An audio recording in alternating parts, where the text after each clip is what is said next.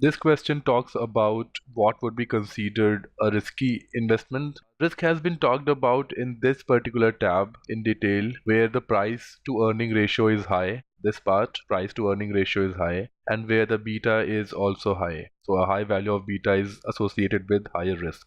These two things, and then the economics department suggests that a high GDP suggests that investors are anticipating higher earnings in future. So a high GDP leads to a lower risk, in simpler words. So with this background work, let's attempt the answer choices.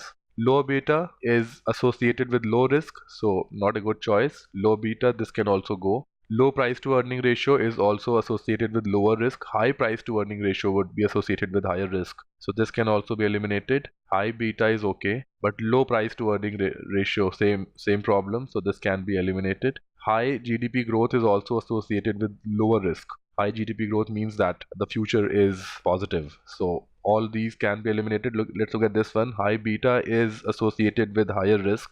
High price to earning is associated with higher risk. Low GDP growth would also suggest high risk. So this is the best answer choice for what would be considered an investment of highest risk.